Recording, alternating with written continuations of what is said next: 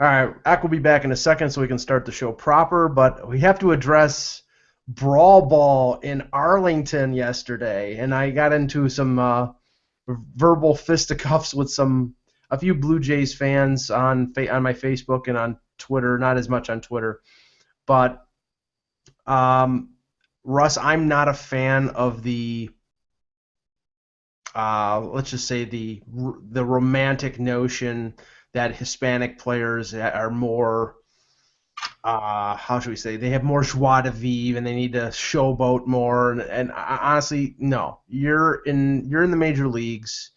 I'm not one of these guys who's like, like the NFL is the no fun league. It's not like I'm against like celebrations in the end zones and stuff like that. But at a key point in the game, and I know I'm in the minority here because I'm not a Blue Jays fan, and people who read me and watch me will not be upset. I thought Jose Batista did a punk move in Game 5 of the ALDS with the bat flip, and you knew that something was coming. Now, I don't know about you. This notion that it was cowardice on the Texas Rangers to wait till the last part of the third game of the series to actually do this. I actually think if they would have done it in the first inning of the first game, that all you would have had for 3 days was brawls. Right. So I thought it was actually strategic. But he gets thrown at by a Texas pitcher, hitting the ribs. It wasn't at the head, which is, that's in baseball parlance, that's acceptable. It's, in the butt or in the leg or in the ribs, That's fine. if you're Roger Clemens. Then if you're Roger Clemens, you beat him in the head anyhow. But anyhow, Right, exactly. So he gets beaned. He goes to first base. Nothing happens. There's a ground ball. He goes into second, and he goes into second hot. He goes into second to take Odor, the second baseman of the Rangers, out. I don't know if that means take out his knee or just take him out, but he went in fast and rough and right on the bag. Yeah, And he overshot the bag, which already he was called out immediately because of the new rule. Right, and Odor, if you look at the replay, he dropped down sidearm and tried to put the Rawlings label right on his mush, and he just missed. Well, because that's, you know what, in baseball, even in softball, if you've got a jerk that does something like that to you, as a second baseman, that's the only thing you can do. Yeah, and it's up to that other guy then to sort of duck down or get out of the way of the throw. Yeah, and then a fight ensues where Odor pushes Batista, but Batista pushes him, and the next thing is Odor swinging a nice right hand cross right to the jaw of Batista. And I said on Twitter that if you remember the old Mike Tyson knockout game, the first guy was a guy named Glass Joe. Well, it was Glass Jose yesterday, because if it wasn't for Adrian Beltre holding him up, he would have went down like a sack of wet cement. Right. He didn't. So people say he has a good chin. That's good. I don't think it was a punk move because Batista did raise his arms. And at that point, you don't know what another human's going to do when you raise your arms. So I don't think that was a punk move. But I actually started to have an argument on Facebook yesterday because Ray Knight with the 86 Mets had this happen with Eric Davis at third base. But here's the problem with video. You can't look at video 40 years later or however many years later and decide how the mood of that game was happening in 2 minutes and 35 seconds. You have to know everything that went on there. Like Ray Knight used to be a Red. Eric Davis didn't like Ray Knight. Eric Davis went into third. The call wasn't made. Ray Knight pushed Eric Davis off of third to try and get him off the bag. I'm a Met fan, by the way, but that was a punk move by Ray Knight. So then Eric Davis gets up and he pushes Ray Knight, but the problem is he holds his jersey a little bit, and then Ray Knight punches him. And I said that is the definition of a sucker punch, because all Ray Knight had to do was push him back, and everybody would have just ended it, and that's all. But instead, he punched him. And look, let's face it, Ray Knight knows if he didn't punch Eric Davis there, Eric Davis would kill him. Eric Davis, twice his size, much bigger, much tougher, but Eric Davis wasn't a fighter. He's not, and the same thing with Batista. He's not a fighter, and I don't denigrate a guy for that. Actually, I give Batista credit, because if you do want to teach people correct things like your kids and everything else, by him not fighting back, he did the right thing. I know some people are going to say, "Oh, he's a coward." He's not. He's not a coward. He just can't take a punch. And Ray Knight, his punch on Davis was more like a jab, and more like a Buster Douglas haymaker. It was. But you know, it's good. Next time Texas and Toronto play, which is probably at the Rogers Center, I'm sure that every seat, even up in the 500 level, will be sold, and it'll be battle royale. So it'll make for good theater. Oh, to see baseball players fight. That's so much fun. Oh, yes, it is. But the hockey stuff got mentioned, Eck, and the problem with that is now that only time the mainstream media wants to mention hockey is for fighting, right. And they've been doing this for like literally the last 30 years, and I kind of wish it would stop because there's not even that much fighting anymore. Stop the mentions, stop all that. At the end of the day, I always say the same thing. You cover, but that predisposition. They cover baseball, which I'm nothing against. I know you cover baseball, and I hate to say it, but it's like it is a sport of another era. So to sit there and they're comparing it. I mean, in baseball's heyday, hockey was a sport that had a lot of fighting, right? So now, not so much. So, yeah. But that reputation is still there for hockey. It will still be there, even when and I'm not looking forward to the day, but we know. Eventually down the road, not fighting will be banned, but fighting is going to end up having a game misconduct at the end of it. It's going to eventually that's going to happen, and it'll be a sad day because the sport that I grew up with had multiple fights, and it was part of the entertainment, and that's not the way the sport wants to go.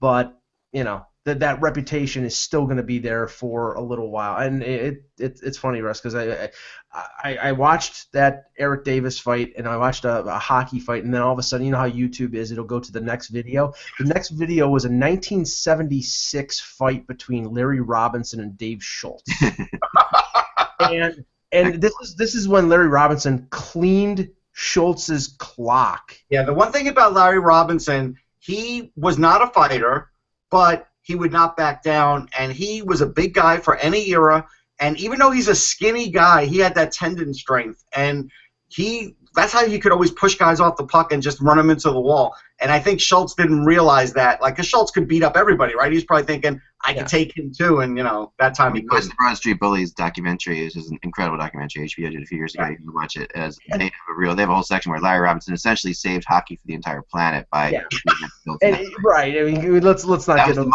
moment when good prevailed over evil, basically. Right. Let's not get too ridiculous here, but in this game, apparently Schultz had knocked out John Van Boxmeer, and there was a bench-clearing brawl at the end of the period, and Robinson had come out of the locker room and searched out Schultz and just laid a can of whoop-ass on him. It was impressive. That was. And briefly, is there a more hockey name than John Van Boxmeer? No. That is absolutely old-time hockey, like right out of Slapshot, perfect name.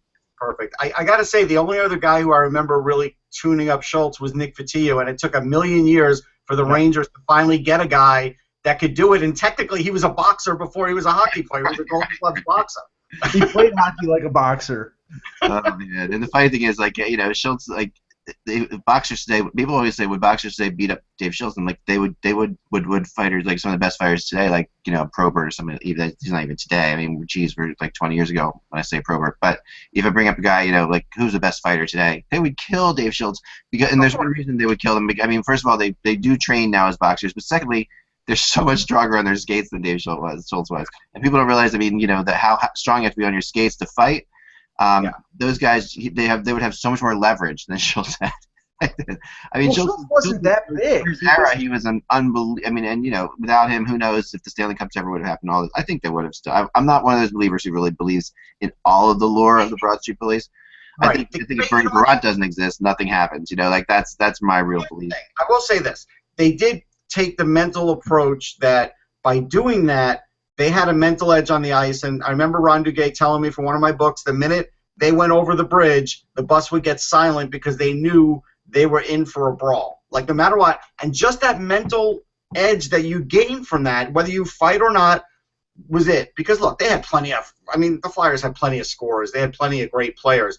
But that extra added element then all of a sudden made some other teams have to think twice. Yeah, and that is true. I mean, and the Philadelphia flu that they talk about, that was real. That was a real thing. That refers to the Philadelphia flu of teams coming into Philly not wanting to get their asses kicked. And that's, those teams were there were other teams that were physical teams. That team had Bernie Parent and Bobby Clark on it. That at the end of the day, that's what got them the Stanley Cups. And I hear Rick McLeish isn't doing well these days, by the way, for those of you. That's a shame. He was a great scorer. He was. Yeah. So he was one of my favorites. So if you have any prayers, pray for Rick McLeish for sure. Okay, let us launch into the show.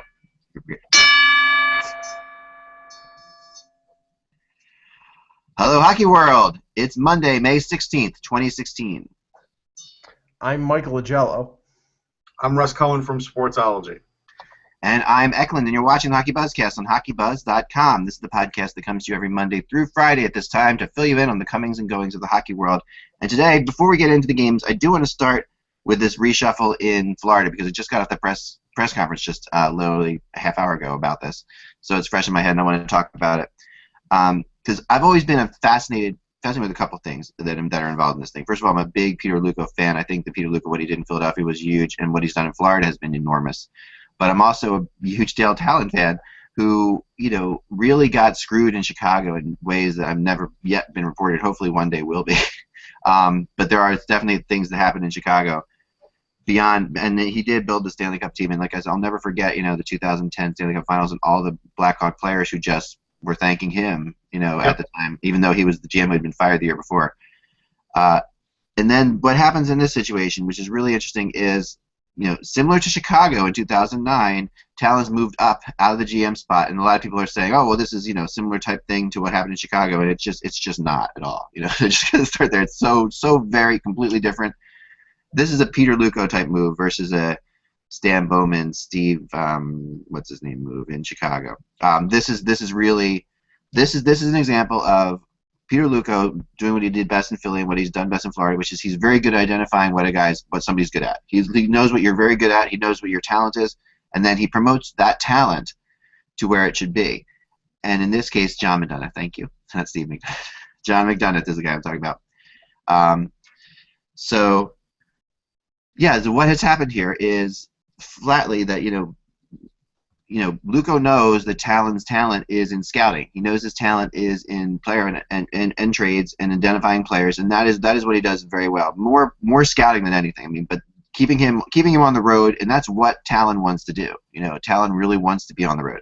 So in this press conference, there was a funny moment where they said, "Well, what's going to happen?" He said, "Well, I'm really happy. I'm not going to be doing contracts." He's like, "Hey, Dale Talon's not a contract guy." This whole thing that was announced today, and they have an official new GM and who's not, but this is not any different than what we've seen in Toronto, what we've seen in Philly, what we saw in the Islanders years ago, where you have this.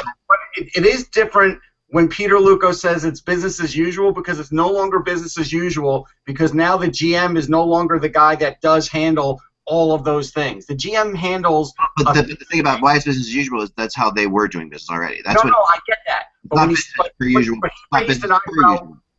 Right, but when he raised an eyebrow by just saying it that way, because not all the league does it, but it does bring into question if you start mentioning teams who is making what decision. Yeah. It's now become more of a group decision on a lot of teams than just the GM, where we're used to that. And there's a reason for this. Let me finish. Let's talk, Mark. Sorry, I'm sorry. One thought on this. There's a reason for that, Russ. Very clearly is that I always compare this to music in the olden days of music, right? You had songwriters and you had singers, and you had people who wrote these beautiful songs, and then Frank Sinatra or Barbra Streisand would go out there and they would sing them, right? And because they were incredible singers. And then we entered an era of singer-songwriter era, where people can do both, and that people could always do both. I mean, those singers could have written songs back then. They could have, those songwriters had to be able to sing.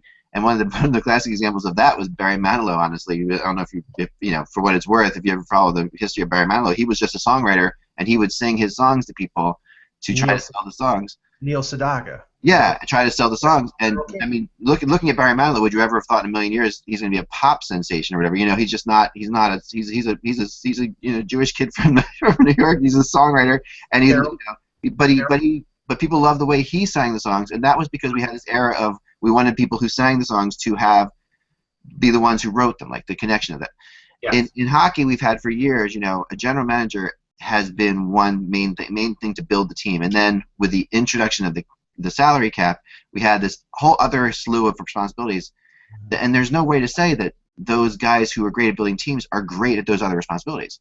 So that's what we've seen here very clearly. It's people just continuing doing what they do best, and I think it may be to say it's business as usual for the NHL is wrong, but to say it's business per usual for what the Florida Panthers has already been doing for like a year and a half is exactly what he was trying to say. Like this guy's already been doing the contracts. He's already they're just defining it now. Right. Yeah, basically, what's being won over here in the league, and you see it, and not only in Florida but in other cities, is the Detroit model. The Detroit model is taking hold in the NHL. You had Kenny Holland as the president. At times you had Yzerman and Jim Nill, and Scotty Bowman was a Jim Devellano. Yeah, you had all these people doing different facets. In Toronto right now, you have Shanahan as the president. He's the boss, but Lou Lamoriello was running the day-to-day operations. You have a guy in Brandon Pridham who is the capologist, who worked at the NHL offices and actually was the one who was instrumental in designing the cap. So he knows all the inner workings. So it makes sense for these organizations to sort of like compartmentalize, differentiate, have one guy in charge of hockey ops, one guy doing contracts, one guy doing this, because gone are the days where like Scotty Bowman in Buffalo wanted to handle everything. It was too much back then. It's too much now. So it makes sense. I mean, and even when Lou Lamoriello, who loved handling everything as well, when he gives up part of it, to go to Toronto, he gives up part of that responsibility as well. That tells you right there that he knows it's too much for one person to do. I will say this though. I give the Panthers credit for defining it, and I give teams like the Flyers credit for defining it. But it's the teams that don't define it that make fans uneasy. Like the New York Rangers have never defined what Glenn Sader does now. He's the president. That's a great point. If you think he's sitting at home in a rocking chair as a president, you're crazy. That's a great point. Oh my gosh! Yeah, that you couldn't have brought up a better example of that, Russ. How many times have we heard it from Rangers fans and people who cover the Rangers who don't even know what the hell is happening? Well, you say they're on a boat somewhere this time of year. It's June, at the end of June. That's when he should be at the draft. Wow, this is also the best time to fish in Alberta. So where is he? Who knows? Well, we could say the same thing for Boston. There are a lot of people who seem to think that Don Sweeney is the general manager in name and he has some responsibilities, but that this is Cam Neely's ship and that he's running it. So yeah, this works really well if you have somebody strong at the very top of it. Okay, that's why Peter Luukko is the perfect. But there are organizations who do this that I question if they have somebody in that role that because you have to because there are a lot of times like somebody has flat out in the press conference. Well, what happens? You're picking 23rd or whatever in the draft comes up and one guy wants to do this and Dale Talon wants to do that or whatever. And Peter said, if it comes down to it and there's a coin toss, and after Peter went through and said the draft is really about scouts and people, it is about scouts. And Which is the right thing. I'm glad he said that because, again, a lot of people think, oh, well, the GM picked that player or made that decision. No, the GM announced it. It's the whole staff that decides what the decision is, and he's the final decision maker. Yeah, and this is what Peter's been very good at in Philly, too. One of the classic stories is when his son gets drafted by the Flyers, and he does not want anything to do with this, but yet, and he's the president of these scouts. Like, he can fire these scouts, like, dropping a hat like this. He's telling the scouts, do not draft my son. Of course, he's been, and Luukko was the kind of guy who would drive up to Vermont in a car to help his son on a weekend or whatever. He was totally into. He was a hockey dad so he wanted his son in the NHL in the worst possible way. This is a huge thing, and here he is, the president of a team. You would think, okay, the guy has his son's got a great track here. Peter wanted nothing to do with that because he knew the whole conflict of interest. He knew what would exist there. He knew he didn't want his son to come in there and make the team and say you are, so and so's son, and that's why you're here. The best player on the board for the group, and that was he yielded to his scouts, and that was he is a guy who yields to scouts. But he said at the end of the day, if there's a coin that needs to be tossed, it'll be tossed by Dale Talon. And the current GM comes in and says, this is still Dale Talon's team. That's not something that Stan Bowman would have said in Chicago, when he came in. So there's this very different situation. And I do believe, it's amazing to me. I will say this, the thing about the Panthers in the last, 10 years or so is every time they hire somebody, I'm impressed. This is the one, they hire really good hockey people. And really honest hockey people, like crazy honest hockey people, like transparency. See, transparency is the key here. Yeah. The successful teams are pretty transparent in knowing what you're doing, and then there are some teams that aren't transparent that are still successful but not always successful. But fans always feel better about it if they have an idea of what's happening with their team. It's just communication. It is communication, and fans do know that there are some people who lost their jobs in this whole switch too, which sucks. John Madden, they discussed this, and John Madden actually it was reported that he had been fired, where it seems as if more like he said, listen, I want to go for some pro, head coaching jobs and different opportunities. So it sounds more like John Madden was sort of moved on his own, maybe mutual or what have you. Mike Dixon was there for a long time in playoffs, really was there for 11 years. An incredible hockey guy. He'll find another job. He's very young. But there were some people that they had to shift around and move people in and out of to make this work. And when you do define positions, you also do define who can get fired. And you actually do end up in a spot where you say, okay, if the contracts aren't good, does that mean we fire Dale Talon because we're doing bad contracts? No, we fire the contract guy. We like the players, we just don't like the contracts. Right. Yeah, but okay, and I'm not slamming Dale Talon on this, but you can't blame the guy who does the contracts for the decision to go after a guy like Dave Bolland. I mean, Dave Bolland comes off an injury year a couple years ago with Toronto. He goes out in free agency. Toronto could have very easily re-signed him. Instead, he signs in Florida. I think it was 6 years at $5.5 million, and he played 25 games this year. And because he's had a history of injuries, and it was an injury in Toronto that a lot of people shied away from. In the end, the judgment there is not the contract guy. The contract guy is being told, okay, you got to sign this guy. The judgment is on the general manager to decide whether we should go after this guy or not. And Bolland had a history with Talon in Chicago. Now, some of the other moves he's made with guys who had a history in Chicago were really good. Like Brian Campbell has, benefited them pretty well in his time in Florida. But this one, you wonder if that did not work out. Did not work out at all. And but Yager worked out. There's a. But the next contract with Campbell will be a key because there does become a point where if he's asking for 4 years, if I'm a club, me personally, I'm out. I don't want Brian Campbell for 4 years. Sorry. It's a 35 and over contract. The max that most teams should be doing on 35 and over contracts is 2 years. Right. Because guys can drop off like crazy. No, that's a great point. And you are definitely defined by what you do next. I mean, that's the way the NHL works, right? So you have to sit there, and what he does next is going to matter. And I'm not saying that when I said that kind of wrong way. I said that if somebody can get fired, this is still very much. It seems like a sort of a team. Yeah. Decision-making thing, but for fans, I think the fans of Florida, what they really want to know is Dale Talon still in charge, because Dale Talon has really built something here, and they go out in the first round, and no one wants to go out in the first round, but they had by far, with the exception, I know they went to the Stanley Cup Finals at one point in their history, but this is their most successful season in my mind, even because this is not just did they do well in the regular season, they set records, they had like 12 wins in a row there, they finished first in the division.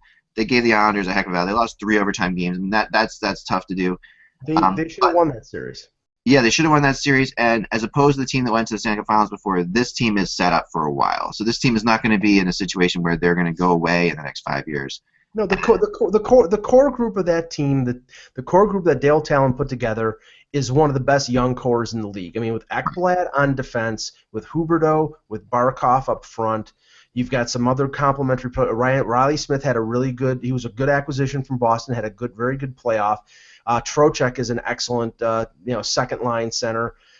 I mean, there's reason for optimism, and this is a team that's after years and years and finishing, near the bottom and accumulating draft picks, they're finally ready to ascend. So only if Roberto Luongo doesn't get old. If he gets old, then there is a wrench in the mix there. But that's it. Then they'll need to go out and find a goal. And the thing is, they may need to find a goaltender now. I mean, Al Montoya was a decent backup, but this is not the worst time to maybe go out and get yourself a 24-year-old goaltender who could step into the lurch if Luongo starts to slip. Yep. Yeah. This is a good point. So let's move to the conference finals. And discuss these for a while, because there's something about the conference finals that I always find interesting, and that is that the first round is each round of the playoffs has its own dynamic, right? The first round of the playoffs is all about you can't just go out in the first round. Going out in the first round is terrible. If you get past the first round, then it's considered kind of a success. You won a playoff series. The second round still has a little bit of that going on, because there are many teams that define success by we have to at least get to the conference finals.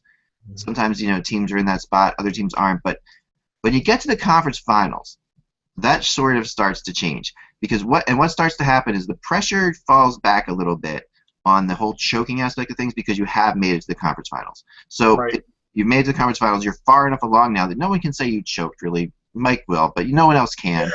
And so for the most part, people aren't going to say you choked. What they're going to say, is they had a successful season. They made it to the conference finals. The future's bright. Okay, so what that means often is quick conference finals and blowouts in conference finals. Like, there are many 4 or 5 games, more 5 and 6 game series in conference finals. I would say not many 4, but more 5 and 6 game series in conference finals, relatively than the first 2 rounds.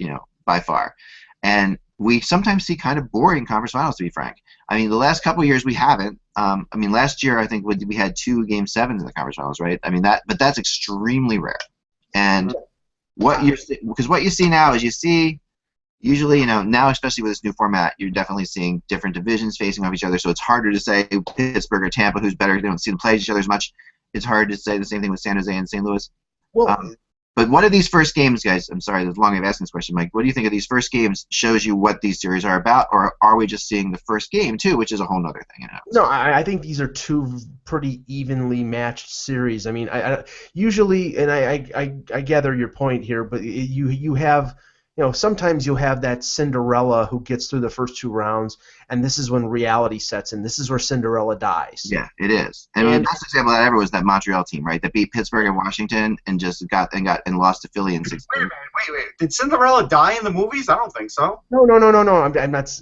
She turns it into a pumpkin. No, our carrot turns into a pumpkin. She doesn't turn into a pumpkin. Sorry. But Mike killed Cinderella. I think that's the important thing here. If anyone's going to kill Cinderella, it's going to be Mike. But let's not. Let's move along. Let's not all Cinderella slayings aside. Great. Thank you. What you're saying, Mike, I agree with what you're saying. This is where Cinderellas go to stop being Cinderellas. But I don't think there is a Cinderella in these 4 teams. I think these are pretty 2 evenly matched teams, and we saw that from the first games. We'll talk about Pittsburgh Tampa when we do the preview for Game 2. But last night, to me, after Laterra scores the go-ahead goal, I thought San Jose. First of all, I thought San Jose was the better of the 2 teams for most of the game. I mean, it's a testament that St. Louis won the game in spite of the fact that I thought they were outplayed, especially in the third period. I thought, and I'll tip my hat up marginally to Brian Elliott for making some saves that I didn't think he could make, but he got saved big time. He got saved big time with an early whistle on a goal. I mean, if that would have gone in, he would have been the laughing stock of the playoffs. That's true. He did stack the pads nicely on another save. I'll give him that. The Laterra goal is on Martin Jones. It is. He definitely needed to stop that one. That was a great effort by Laterra because he fought through players and even had a stick on the shot. But that shot did not have a lot of oomph on it, and that should have been stopped. But all that said, it was a great game. And for all the people that said, oh, well, this schedule stinks because you're never going to have great matchups in the conference finals, well, we do. These are good matchups. These games are going to be good. They're tight games. This is a game that could have gone either way. I do feel like San Jose did take over in the second period and really did a lot. But the problem was, and this is what I didn't like, and I'm sure Sharks fans are going to hate me, but the casual defensive play of Brent Burns hurt him, and also Brent Burns just firing shot after shot after shot without even letting his guys set up with the extra man was bad. It took him right out of it, and that's something he can't do again because that made it a lot easier for St. Louis to defend. Yeah, and I'll give it all the credit in the world to Brent Burns for being a Norris Trophy candidate, for having a remarkable year. But the play that he made yesterday was hearkening back to the old Brent Burns, to the Brent Burns, the offenseman Brent Burns, not the two-way, the guy who's been a little more responsible this year. I mean, his bailiwick is mostly offensive, but he's been better defensively this year. But what he did yesterday, I mean, if he continues to do that, he's going to be a liability out there in his own zone, and they can't have that because he's going to play the majority of the minutes for that team. Yeah, no, I think you're dead on right. And to me, there's a little bit of Brent Burns' emotions getting out in front of him. That's what it looked like at least. Here's a guy who hasn't really been in this spot before. Here's a guy who, and there's so much expected of him. He is so vitally important, and he's going against. It feels like it's Brent Burns versus like four defensemen on the Blues. It feels like he's got to do it all. Like he's got to be the defensive guy. He's got to throw the hits. He's got to take the rushes. And there's 4 guys that do that on the Blues in defense, and he's trying to do it all, right? He's not, which is really kind of not needed because Vlasic is obviously such a solid defenseman. He can sort of except for the one he knocked in, but otherwise he had a great game. Yeah, I mean normally Vlasic is really solid, obviously. It didn't count, luckily for him. And I'm the one who says Vlasic is overrated, but I do think that he's a good defenseman. So he is, but offensively it's not offense is not his game. He's a shutdown guy. He's a shutdown defenseman, and which is perfect for Burns. So that's why they work together so well. But in this situation here, I really got the sense that Burns got his emotions get the better of him. It probably won't happen again. We'll see if it does. It's the kind of thing that's very easily correctable. And it's the kind of thing you see among players like this who in big games want to do big things. They want to it's a big game, I want to do something big. And, every single player, every star player you ever talk to tell you the most important thing about a big game is treating it like it's a small game and just playing it. Just playing it like it's an everyday game. I feel like St. Louis, got handed a great game to them, and they're fortunate. They played a good game, but they definitely got the breaks in that one. So that was, I think, the biggest reason they won. The worry for St. Louis is you didn't play a good second half of that game at all. Right. Yeah. And I think they have to lay off the chicanery like David Backus yanking on Joe Thornton's beard. I mean, I have that one on video, but I couldn't. Yeah, and Steve Ott was up to his old tricks. And listen, Steve Ott, we all love Steve Ott, but you don't love Steve Ott if you're in a big game in the conference finals and he's taking dumb penalties. Yeah. You can't have Steve Ott doing that. Yeah. I've seen Steve Ott enough times to know that will happen because he can't. There are some players who, and I categorize them as rats, who can control their ratdom. They can do it strategically at certain times. I like that. I like the term. Control your ratdom. Yeah, thank you. They can control it at certain points just to be antagonists, but Ott, I think it's natural. He's a natural rat. It's very hard to be like Dale Hunter, who was just amazing at this. Like he was so good at controlling his ratdom, but yet he was such a rat that there comes a point at which you can be a rat without doing anything. You would see Dale Hunter actually do that at times. He would just skate by people, and they would think he was going to do something stupid, and that would be enough distraction to actually.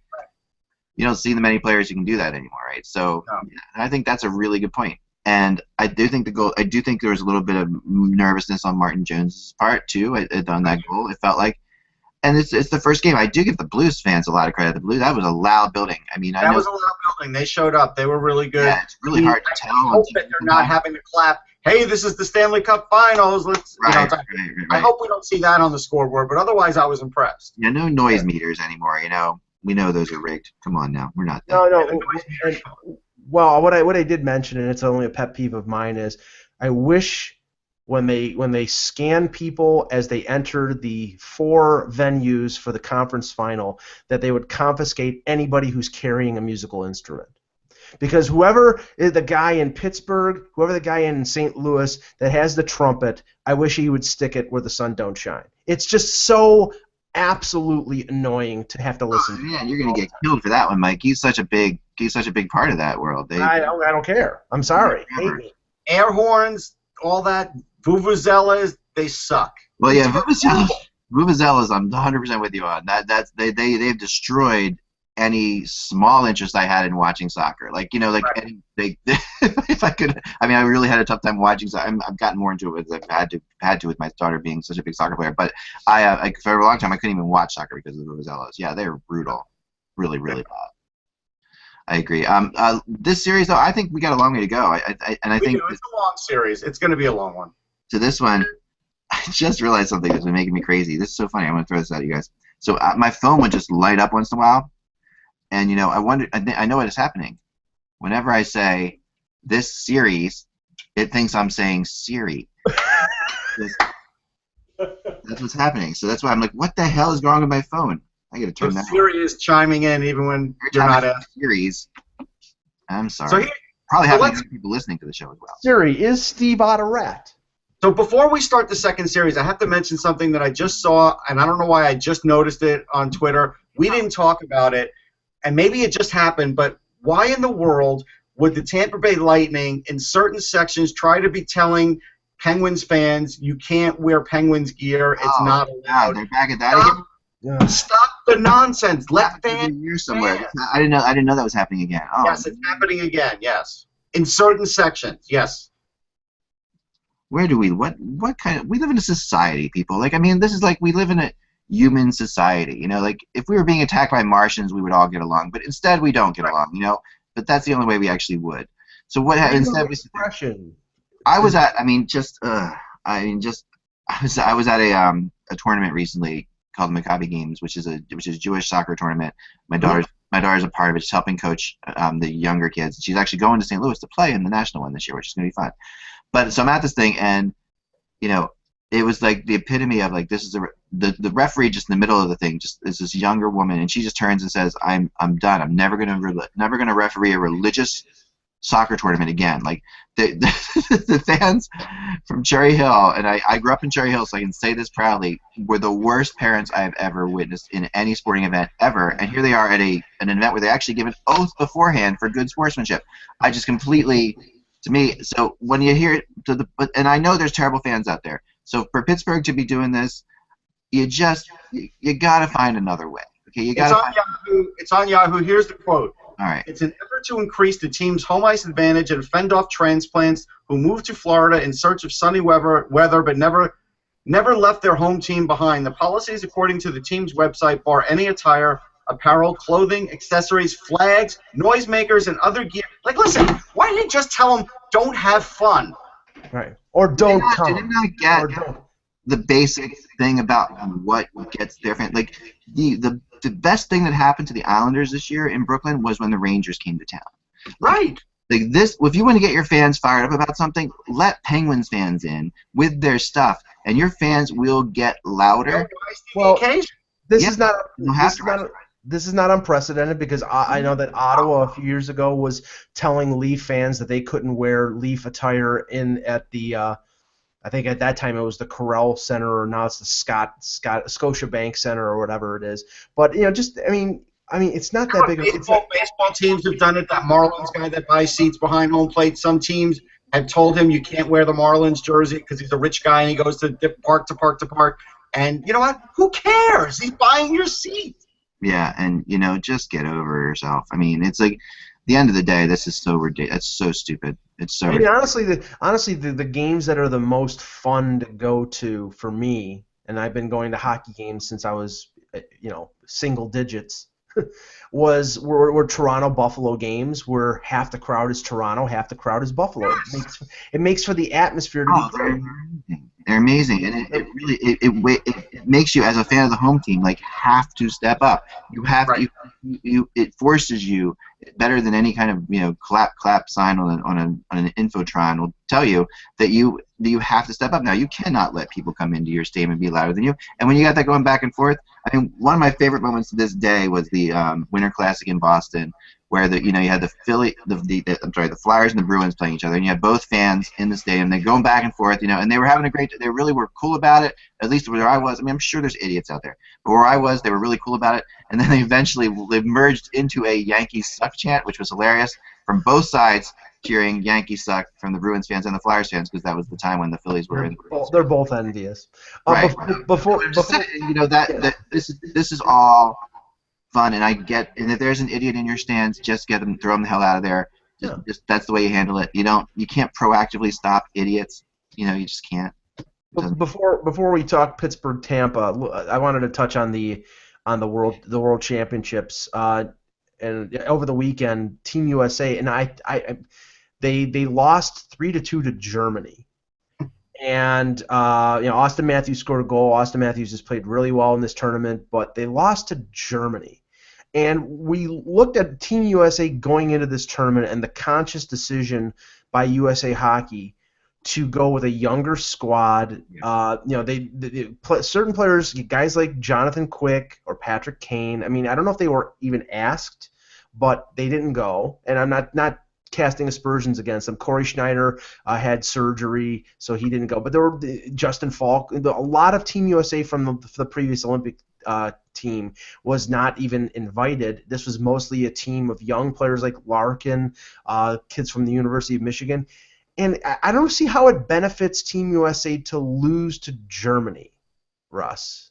Yeah, well, here's the thing. I'm going to tell you, and again, you're not going to like to hear this either, but the gap's closing a little bit with a lot of these leagues. And when you get pros from the German league, you're getting better players than you got 5 years ago. Now, this is a developmental team for the U.S. I get it. And I watched a little of it, and I saw their power play was just out of sync. And you do need a couple of veterans on the power play. You can't have just young guys on a power play. And so that to me was a little worrisome when I saw that early in the game. And like you said, who was the goalie? Do you know who the goalie was for Germany? I don't, but I know that two of the goal scorers were Christian Ehrhoff, and Corbinian Holzer, who's not exactly an offensive juggernaut. Well, because if it was Grubauer, I would say, all right, maybe Grubauer played a great game, but I don't even know if it's Grubauer. Yeah, probably was, but I saw only bits and pieces of the other game. thing is this. I mean, while you have a U.S. kind of developmental team we talked about, like a bit of a, and I have no problem with it. Personally, this tournament doesn't mean that much to Team USA. It doesn't, and I know that, you can have your pride and everything like that, but, and this tournament has always meant a lot to Canada. Canada, they want to see, and they only beat France today by, 3-0 or something. It was a really close game. But Canada did. A lot better than they were. Yeah, but there is definitely there's also the fear of relegation.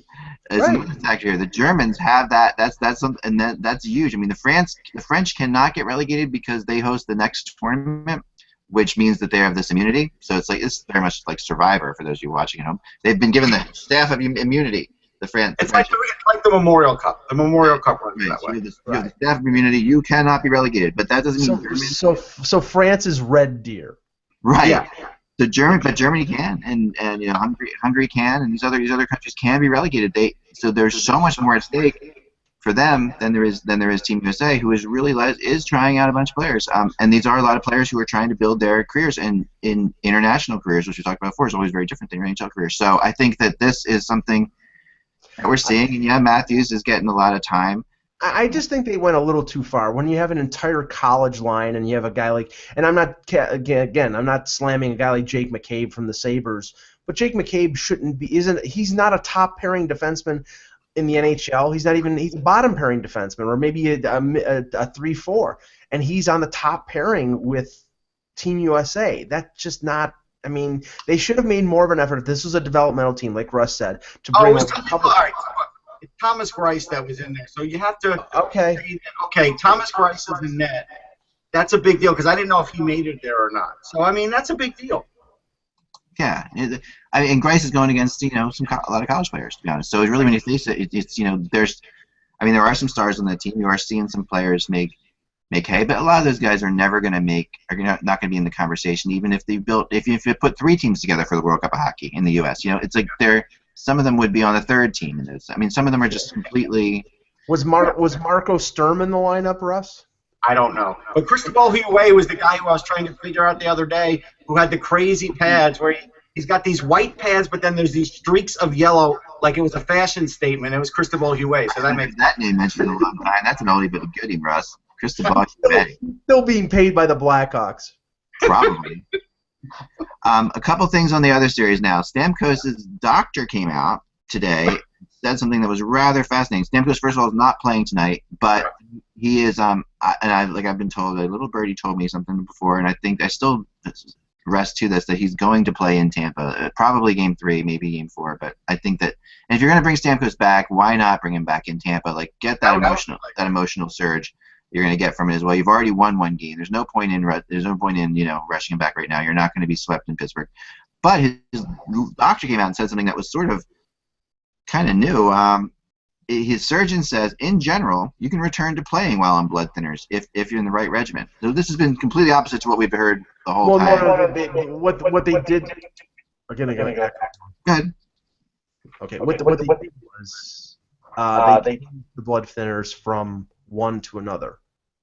And apparently that blood thinner is conducive to being able to play. It's maybe not as severe. I don't know if he was on Coumadin or what particular blood thinner he was on, but the one that they have switched him now, it enables him to be able to play. So that's probably what the doctor was talking about.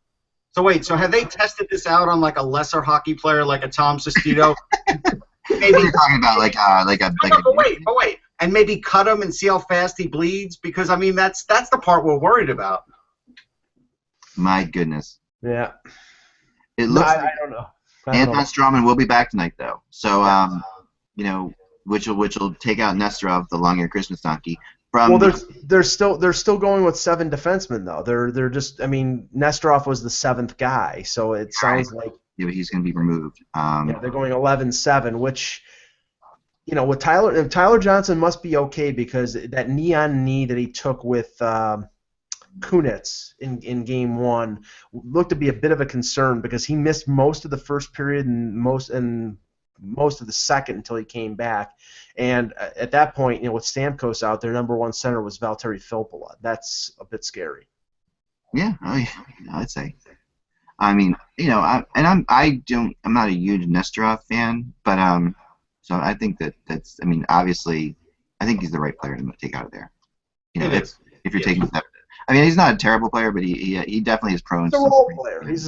He's a role player. He's a quick, small defenseman. He's not particularly. I think that they were rotating 7 defensemen because they wanted to limit the exposure of some of the slower guys. Like sometimes Andre Schuster gets caught in situations where his size is a benefit. Sometimes his lack of speed in some instances is not great. And you've got a couple guys who are older in Coburn and Carl, and maybe having a 7th defenseman out there taking away a few minutes is helpful. I mean, I think they're going to essentially probably put Stralman and Hedman together as much as possible, but they're going to limit it because he's coming back from a broken leg. Yeah, they got to limit it. There's no question. I think they have to be careful with him, and because you don't want this to be a situation like we saw in Dallas or anything like that. This seems like with trying to bring Sagan back too quickly, and they're not where they have to yet. They're really not where they have to do that yet.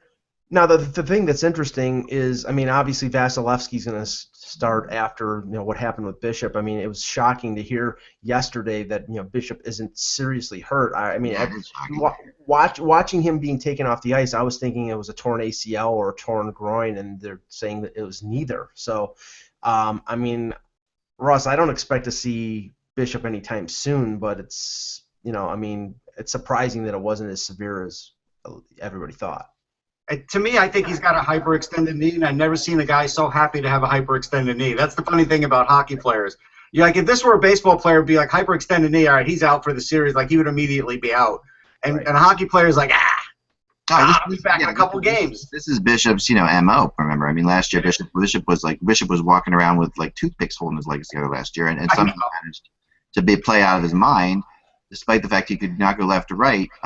And still made these incredible saves somehow. He was really, that was a warrior. If I ever saw a goalie warrior last year, was Ben Bishop. But it doesn't hurt to have Vasilevsky. This is like, no, they're not worried about having Vasilevsky in there. That's the thing. No, and in a way, he might be the better goalie for this particular team they're playing against.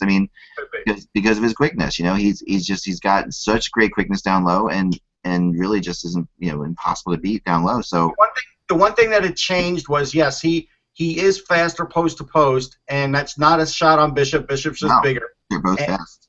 But it did make the Penguins have to adjust. Like, this is like a relief pitcher coming in a game, and your starter's throwing 97, and the reliever's throwing 87. This is a big difference. All of a sudden they had a guy come in that actually is faster, and they're a fast team. So now, if Bishop is not starting this game, the Penguins will probably start out a lot better. Yeah. The one thing between Vasilevsky and Bishop is I think Vasilevsky gives more rebounds out. And maybe that will be something that Pittsburgh has to adjust. Because, Bishop seems to be somebody, if he gets a chance to freeze the puck, he does.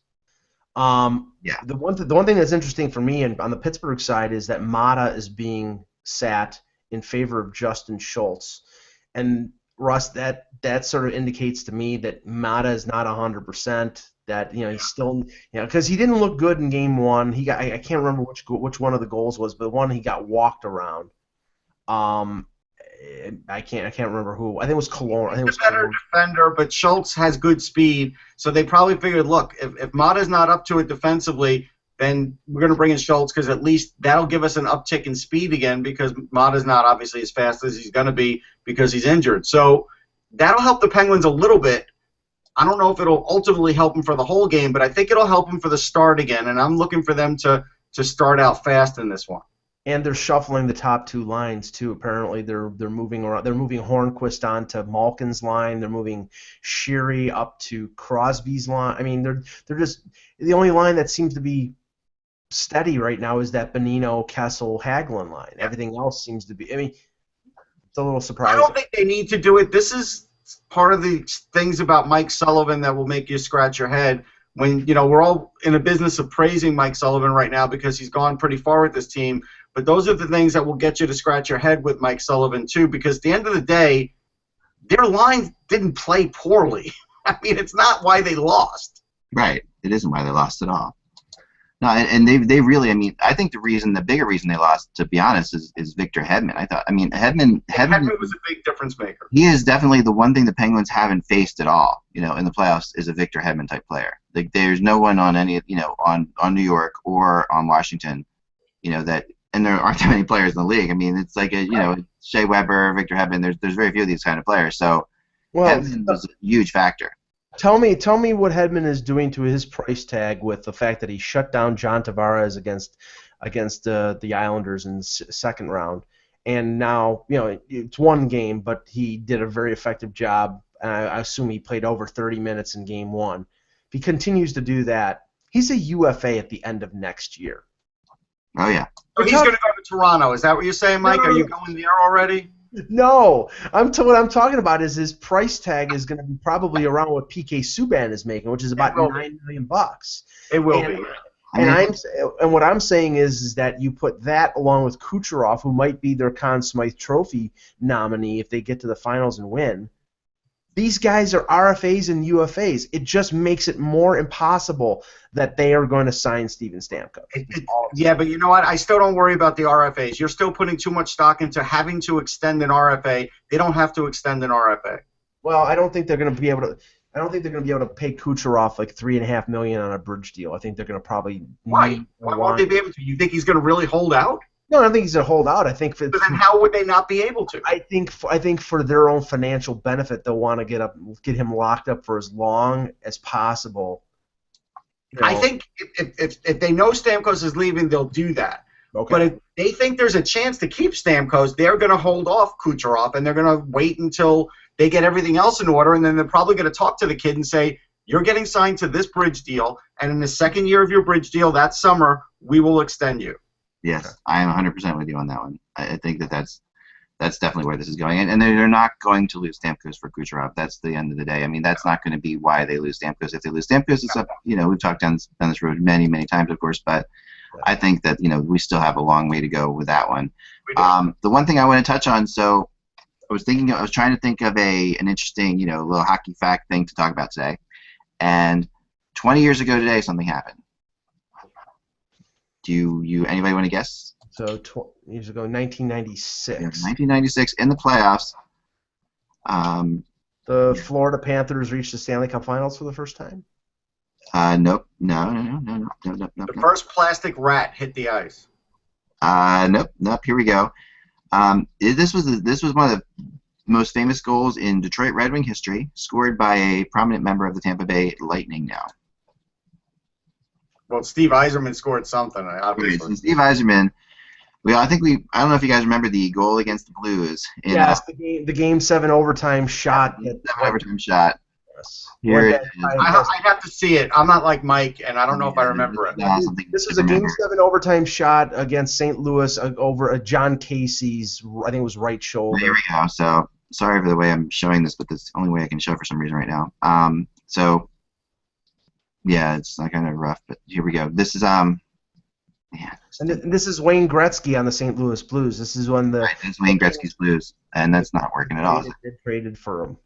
Did you guys see that okay or not? I couldn't tell. Yeah, I can see it. I didn't move. Now it's just stopped moving, right? Yeah, unfortunately. Just take our word for it. This was a big goal in the history of the maybe this will work better. Okay, so here we go. I think it's not gonna work. Anyway, stop it. Because up to this point, the Wings and Yzerman had a reputation of being chokers. They did, and this team went on to great things and won the Stanley Cup. I'm pretty sure in '96, Mike wrote and sent a letter to the Wings calling them chokers, but I can't say that for sure. Well, wait a second. They were chokers that year because then they lose to Colorado because Colorado and Florida were the Stanley Cup Finals. They did, but there you go. They still were chokers. The next year they did win the Stanley Cup, so you're right. That year they still were chokers. I'll give you that. So it's impossible to disprove Mike's choker theory once again. But let's talk a little bit about Steve Yzerman. okay, because he's an interesting, like, stuff you should know about Steve Yzerman that you might not know. I'm going to go into this, okay? So he is obviously the current Tampa Bay Lightning general manager and also was general manager of Team Canada for 2 Olympics where they won gold medals, although he gave that job up, right? If I'm right, yeah, he did give that job up, right? Yeah. Yeah, so he spent his entire NHL career playing with the Red Wings, which is a rarity still in this day and age, for sure. He is in the Hockey Hall of Fame. Prior to the 86-87 season, at the age of 21, he was named captain of the Red Wings. That was a big deal back then. That was a big deal. In '86, you would never see 21-year-old captains. You see it more now, where you get these younger guys coming in and being made captain right away if they're generational type players. But he was made captain very, very young. He started off in his career horrible defensively, and that was a big thing that he turned into like this incredible two-way player. Basically, he was once voted okay, so here, this is a good one. So he continuously served for 2 decades as Red Wings captain, over 1,300 games, retiring as the longest serving captain of any team in North American Major League sports history. So not just like the NHL, any sport. He was the longest captain in a sport, which is pretty impressive. Mm-hmm. He was once voted the most popular athlete in Detroit sports history. But wait. The guy from the Captain and Tennille held that title longer. I'm just saying. Yeah, that captain, yeah. No, he was good, and the other captain, there's a couple other captains out there too, but yeah, Captain Jack was definitely a big captain for a while. But Captain Queeg. Right, yeah, Captain Noah and Captain Captain Morgan. Oh man. Which goes with Coca-Cola very well. Right. Who was the other Who was the other big Captain Noah, and who was the other Captain Kangaroo? Thank you. Captain Kirk. He was captain since. He was referred to as the captain in Detroit. So if you said the captain in Detroit, that was Steve Yzerman.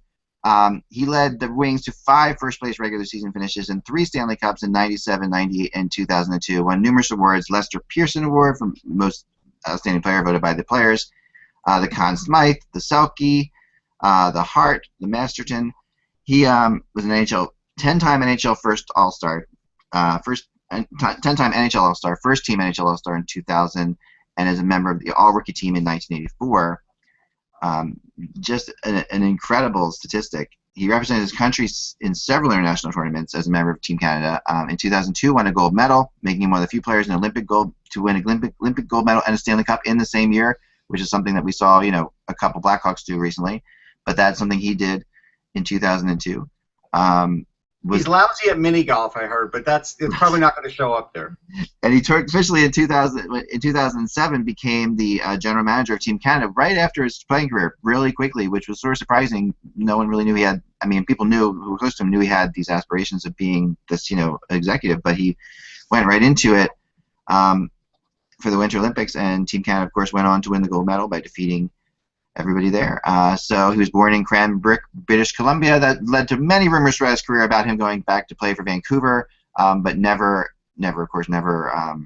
materialized. He actually didn't grow up in British Columbia, though. He grew up near to Toronto, actually closer to Ottawa now, but we would have been Toronto then.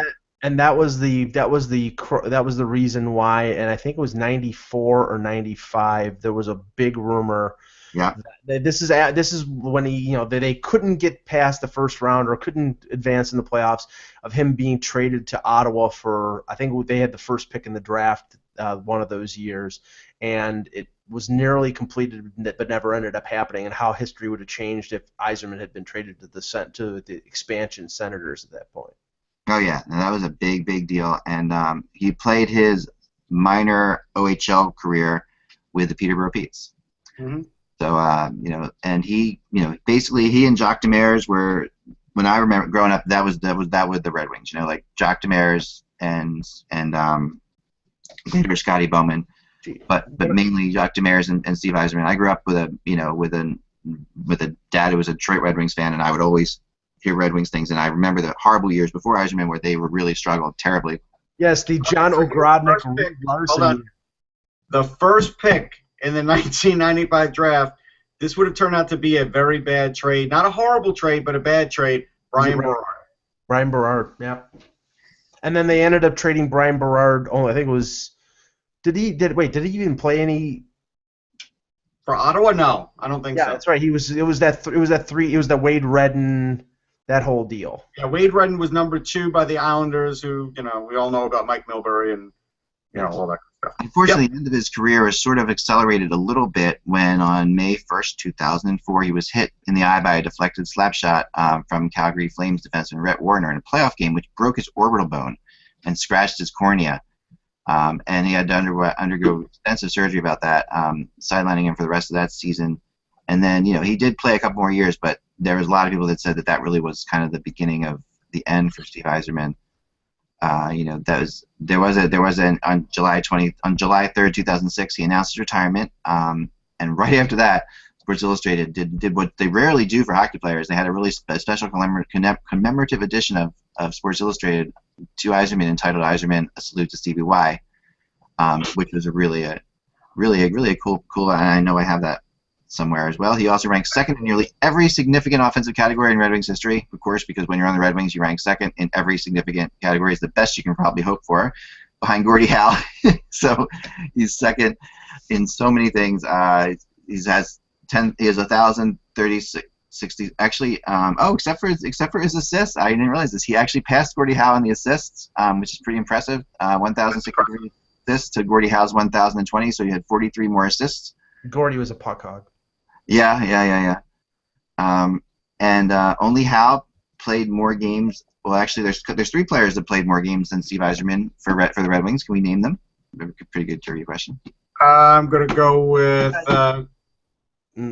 Obviously, Gordie, I said. So Gordie's one. Nicholas Lidstrom. Ted Lindsay. Lidstrom's number 2, not Ted Lindsay. No, he got traded to Chicago. They have Howe and Lidstrom are 1 and 2. Can we get an era? This is Howe's era. Alex Delvecchio. There you go, Alex Delvecchio. Yeah, that's good. Yep. And then, of course, there was a lot of rumors that he wanted to be the general manager of the Detroit Red Wings, and that continued on until after Team Canada's 2010 victory, at which time he basically decided that Ken Howland was never going to get fired, and as well, at that time he also thought his path to GM was being blocked by Jim Nill, who was also head of Yzerman in the track. So he felt like there were two people in front of him. So he takes the job with the Tampa Bay Lightning at that point, and has a lot of success there, molding the Tampa Bay Lightning into a Stanley Cup contender. And so that there were a lot of things that happened there. So anyway, that's all for that. But I really wanted to just throw out a little stuff you should know about Steve Yzerman today. Hey, guys, have anything else before we are out of here? Nope. All right. Enjoy the game tonight for sure. I expect a good rebound from Pittsburgh here. I think there was a lot of that early game 1 to me felt like Pittsburgh, having slayed the Blackhawks. I mean the Capitals. Sorry, fell back a little bit. I think Pittsburgh will be back in a big way tonight. Yeah, I think so too. It should be a great game, and that's not saying that Tampa might just be that impressive that they take them again. If Tampa goes to the finals, they become the Eastern Conference version of the Blackhawks and the Kings. I mean, they become the team that doesn't have to do very well in the regular season, but is a great playoff team. Or the Buffalo Bills. If they lose again, of course. Remember, without the buzz, it is just hockey. We will talk to you soon.